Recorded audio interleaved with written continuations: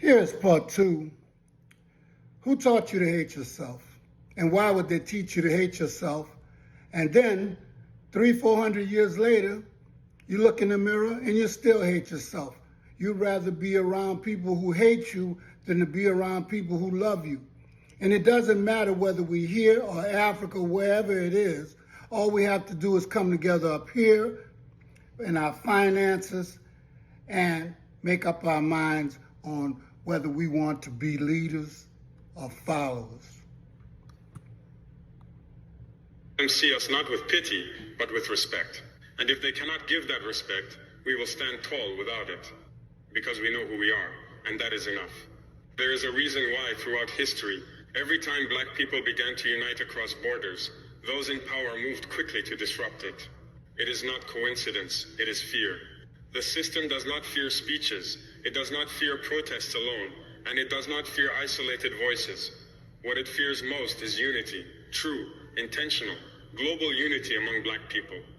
When the children of Africa, whether born in Lagos, Chicago, Kingston, or Paris, begin to recognize each other as one people, the balance of power begins to shift. For too long, we have been separated, not just by oceans, but by lies. Lies that tell us we are different. Lies that say we have nothing in common. Lies that say Africa has nothing to offer Black America, and Black America has nothing to offer Africa. These lies have been repeated so often that many have come to believe them. But the truth is clear to anyone willing to see. We are stronger together than we could ever be apart. When Black America rises, the entire world takes notice.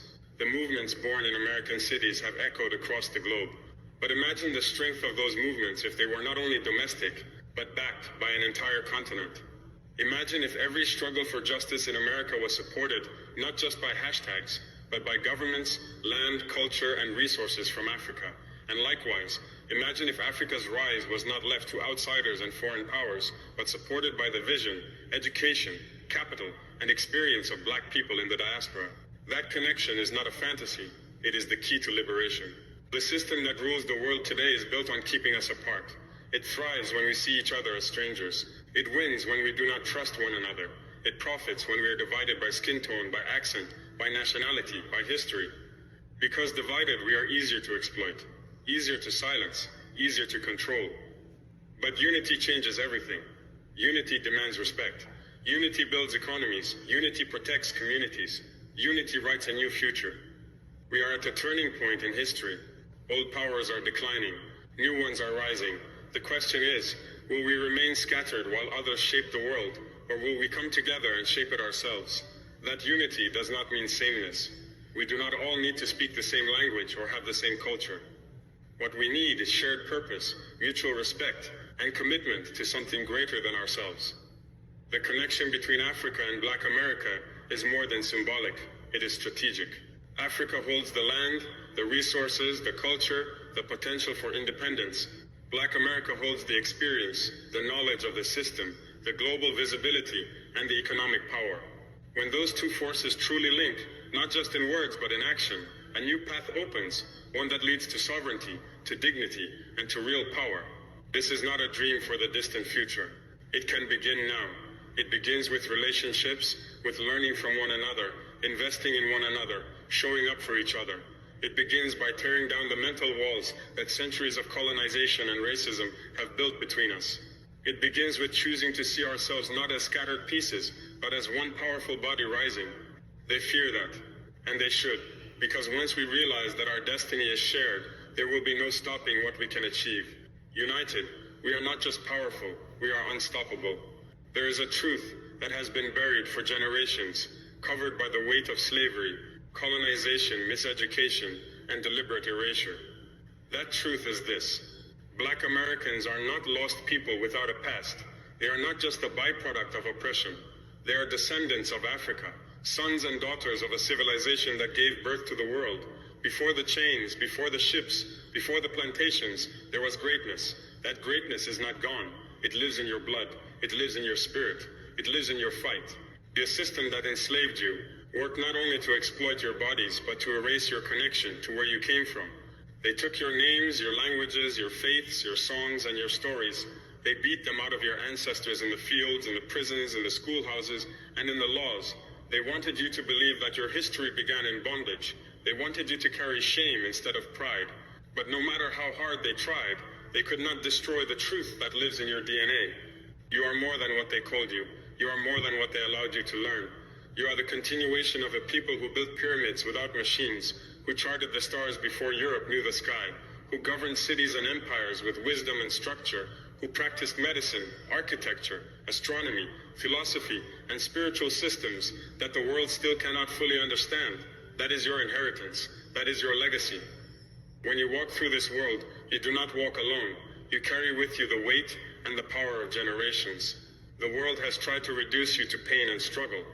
And while those things are real, they are not all that you are. You are the result of resistance, of creativity, of survival against all odds. But even more than survival, you are proof of excellence that has never needed permission to shine. To know your true identity is to reclaim power. Because when you know where you come from, you no longer believe the lies they've told you about where you can go.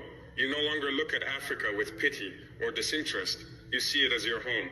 You no longer see yourself as rootless or adrift in a land that never fully accepted you. You recognize that you are part of a global family, a powerful family, a family that has been broken but never destroyed. This knowledge is not just for comfort, it is for direction. It tells you that your fight for justice in America is connected to the fight for dignity in Africa. It tells you that your dreams are not just personal, they are ancestral. Your ambition is not just for you, it is for those who were silenced and for those yet to be born. When you see yourself not just as an individual, but as part of a long and proud lineage, your path becomes clearer. Your identity is not a burden. It is not something to overcome. It is your greatest strength. You do not need to assimilate into a system that was built on your erasure. You are not required to shrink yourself to fit into spaces that were never made for you. Instead, you must build new ones. You must walk in your truth, speak your truth, and live your truth, not in apology, but in purpose. To remember who you are is a radical act. It is the first step toward freedom, not just freedom from chains or oppression, but freedom from falsehood, from fear, from limitation. Your true identity is a crown. Wear it. Let it remind you that you are not lost. You are not broken. You are the living legacy of a people who have always been more than the world was willing to admit. The image of Africa that has been pushed on the world for decades is a lie. It is a lie that serves the interests of those who profit from Africa's division, weakness, and underdevelopment. They show only the poverty, the conflict, the struggle, but they never show the root causes. They never show the stolen wealth, the manipulation of politics, the foreign hands that keep the continent in a constant state of disruption. And more importantly, they never show the beauty, the strength, the innovation, and the rising power that is spreading across Africa today. Africa is not a continent begging to be saved. It is a continent full of energy, ideas, and potential. It is not helpless, it is young, rich in resources, and strategically positioned in the world. What it lacks is not ability, but unity. What it needs is not foreign charity, but a return of those who belong to it. Africa has enough land to feed itself and others. It has minerals that fuel the global economy. It has youth, millions of young minds ready to build, to create, to lead. What Africa needs most is ownership. Ownership of its resources, its destiny, and its global relationships. This is where the diaspora matters, especially Black Americans, whose knowledge, experience, and influence carry weight in the world. There is a space in Africa not just for tourists, not just for ceremonies and roots journeys, but for builders, for visionaries, for those who want to plant something real. Africa is rising, and the door is open, not because it needs saving, but because it is ready for partnership with those who understand what is truly at stake. I don't know about the rest of you, but I know it's time for a change. You know it's time for a change. Unless you are comfortable and you are rich and you think that